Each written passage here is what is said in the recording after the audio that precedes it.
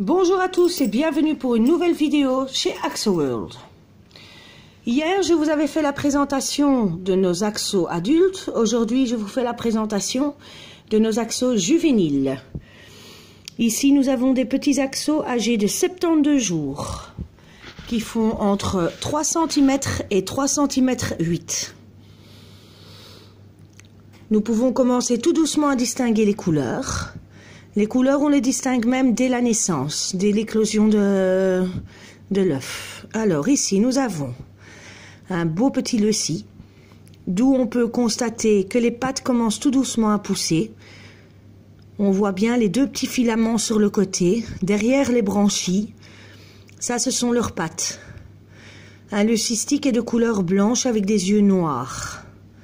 Nous pouvons aussi également voir qu'il se nourrit bien. Comment le voyons-nous? On voit son petit ventre rouge encore en dessous. C'est comme ça d'ailleurs qu'on arrive à distinguer si l'axolotl se nourrit comme il faut ou pas. Alors, ici nous avons un petit sauvage, d'où tout doucement les pattes commencent à pousser aussi. On ne le voit pas encore très bien, mais on voit bien les petits filaments derrière les branchies. Ici, il y a un deuxième sauvage qui vient nous rejoindre.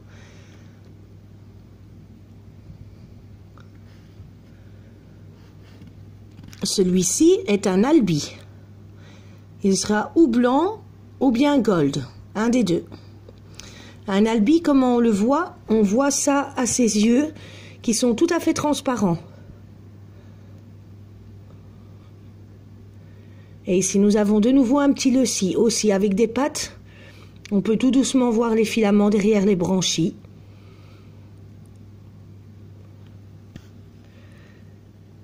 Ici aussi, également un petit lecis.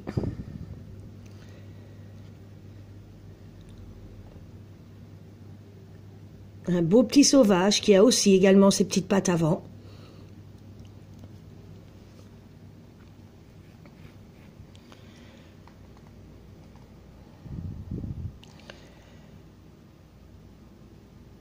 Ici, au total, nous avons 9 petits juvéniles de 72 jours.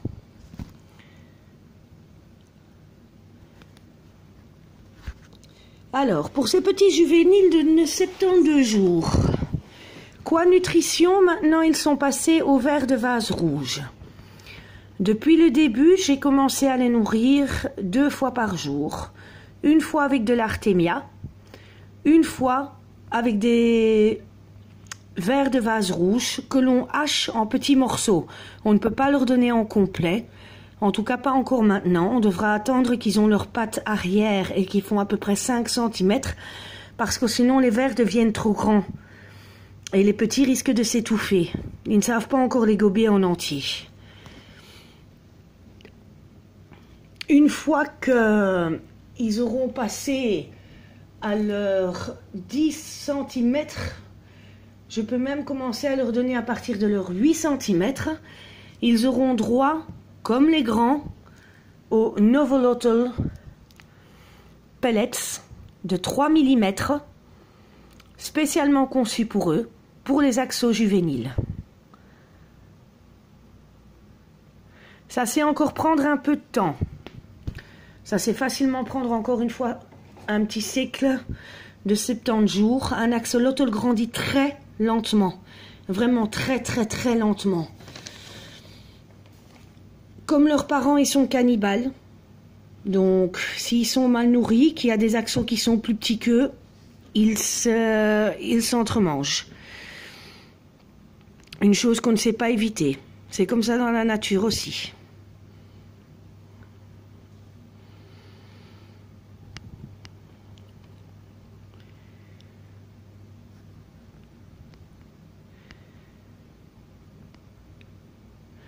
Un axolotl est de nature pas trop actif. Ça nage un peu en rond, mais souvent ça reste stagné sur la même place. Il commence tout doucement à comprendre qu'il sait flotter aussi. Ceux-ci aiment beaucoup flotter.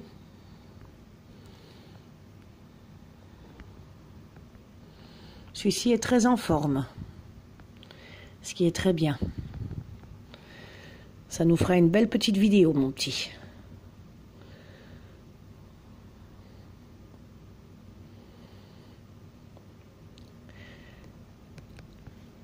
Et ici, c'est... Donc ici, c'était les petits de la première ponte. Ici, nous avons les petits de la deuxième ponte. Alors maintenant, vous allez peut-être vous dire, oh là là, elle en garde beaucoup pour quelqu'un qui ne fait pas d'élevage. Mais c'est qu'en fait, donc une femelle met à peu près, on va dire une moyenne quand même de facilement 300 œufs. Ici, pour ma première ponte, j'avais récolté, que je ne dis pas de bêtises, je crois passer les 250 œufs. Et sur les 250 œufs, j'avais gardé 58 œufs. Sur les 58 œufs, il n'y en a que 9 qui ont survécu, que vous avez vu là tout de suite dans la vidéo. Donc les petits de 72 jours, ce sont les 9 survivants qu'il y a eu sur les 50 et des œufs, sur les 58 œufs que j'ai gardés. Ici, pour la deuxième ponte, elle a pondu le 15 décembre. Donc ceux-ci maintenant sont âgés de 21 jours. Elle a pondu 266 œufs que j'avais récupérés dans un Tupperware. Et j'avais encore 69 œufs dans l'aquarium. Dans les 266 œufs que j'avais récupérés dans un Tupperware, il n'y a que ces 21 petits qui ont survécu et qui se sont développés et qui ont éclos. Le reste, en fait, a mycosé. Tous les œufs ont mycosé. Ça arrivera parfois que j'ai une mauvaise ponte. Ça peut arriver chez n'importe quelle femelle. C'est la nature, c'est normal. On ne sait rien y faire. Donc ici, elle a eu une très mauvaise ponte, disons mycosée. Et sur les 69 œufs qu'il y avait dans l'aquarium, je les ai retirés finalement. Je ne voulais pas les laisser. Finalement, je les ai retirés. Et il n'y en a qu'un qui a survécu dans l'aqua et qui a été malheureusement mangé par ses parents. Ça, une chose que je ne sais pas éviter non plus. Beaucoup de gens ne gardent pas les petits. Ici, moi, je les ai gardés. Pourquoi? Pour pouvoir, moi, une fois voir l'évolution aussi de l'axolotl. Je trouve ça tellement fascinant comme animal que j'ai voulu suivre l'évolution et je sais me permettre d'en garder au moins un. Et je suis sûre de pouvoir placer les autres pour un bon foyer. C'est pas le souci. Mais maintenant, ici, je vais voir. Et je crois bien que je vais laisser la prochaine ponte dans l'aquarium. Je n'ai pas encore assez d'expérience, je vais dire, pour pouvoir me mettre dans la reproduction, on va dire. Je trouve ça tellement un animal magnifique et fragile que je m'en voudrais s'il arriverait quelque chose. Je vais dire ça comme ça. Alors ici, donc, pour continuer, nous avons donc nos petits qui sont âgés ici de 21 jours. Et malheureusement, le voilà, je peux vous le montrer. Sur les 2 pontes, j'en ai eu un de mal formé. Ma première ponte, j'ai eu Petit Forest, il avait la queue cassée. Il a survécu pendant 1 mois et demi. Ici, je pense que celui-ci a eu la tête beaucoup plus grosse que prévu. Et il a éclos très très tard aussi. Et donc je pense que ce petit a très mal grandi dans l'œuf. Et malheureusement a la tête plus grosse que les autres. Et comme vous pouvez constater aussi, donc c'est le petit qui est au milieu ici, entre les deux autres, entre l'albi et le sauvage. Malheureusement l'appareil ne me refait pas de focus. On peut voir donc que le corps est plus petit, plus trapu, plus gros, et que la tête est plus grosse aussi. Et donc je ne pense pas que ce petit survivra. Maintenant, moi je pars du principe que je laisse toujours une chance à mes animaux. Mais si je vois que ça ne va pas, au cas où si je devrais l'euthanasier, je lui mettrai des clous de girofle dans un petit bac à part et je le laisserai s'endormir en paix. C'est une des manières les plus humaines d'euthanasier un axolotl qui est malade. Alors ici, nous pouvons constater plusieurs couleurs également. nous avons des sauvages, nous avons des leucies, des albis. Ce sont en général les 3 couleurs les plus principales en reproduction. Albis, sauvage, leucie. Pour les gens qui reproduisent et qui revendent, ils vont remarquer, moi en tout cas c'est mon avis personnel, donc ils vont remarquer qu'ils vont rendre plus facilement les leucies et les albis. Pour les personnes qui sont intéressées pour avoir des axos, regardez bien aux sauvages. Il y a des sauvages qui sont magnifiques. Par exemple, moi la mienne, ma femelle, elle est superbe avec ses hydriphores.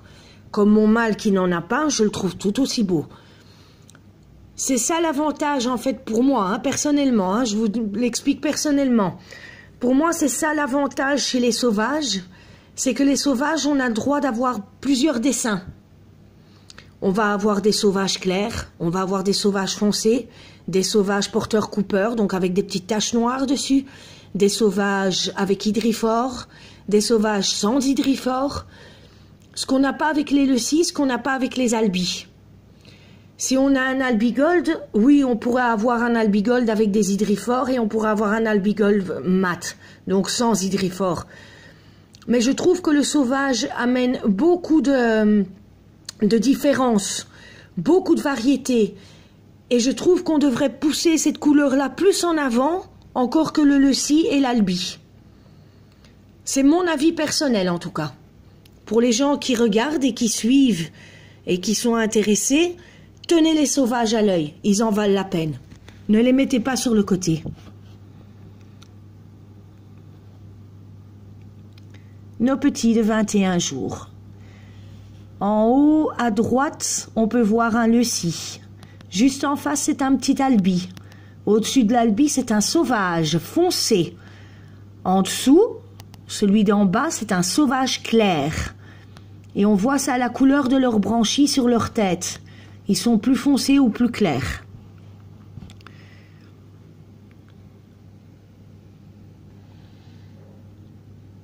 Ici aussi, le nouveau leucie, albi, sauvage.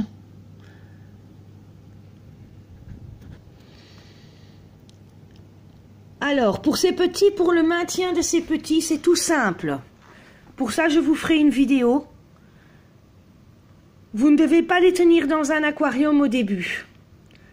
Un Tupperware comme ceci, par exemple, ou bien un Tupperware de ce type-ci, c'est parfait aussi. C'est même un peu plus haut pour les gens qui ont un petit peu peur qu'il devrait tomber ou 2 cm d'eau. Vous laissez les petites dents pendant 24 heures. Moi ici je remplis toujours un pot avec de l'eau le jour avant. Je laisse reposer 24 heures. Pour les changer, j'ai ma cuillère à café. Je les attrape. Je les remets dans un Tupperware propre avec de l'eau. Et c'est aussi, je la jette. Nourris 2 fois par jour, une fois Artemia, une fois verre de vase rouge. Pour ce qui est changement de l'eau, pour ce qui est nourriture Artemia, tout ça sera filmé dans d'autres vidéos que je posterai sur la chaîne bien sûr. Vous pourrez suivre chaque étape d'évolution des petits, chaque étape des grands. Tout ce qui se passe sera mis sur la chaîne pour pouvoir vous donner le plus d'informations possible sur les maintiens et sur l'élevage des axolotls. Voilà, j'espère que cette vidéo vous aura plu. Si vous avez des questions, vous pouvez toujours les poser en commentaire. Nos axos et moi vous disent à demain et passez une bonne journée.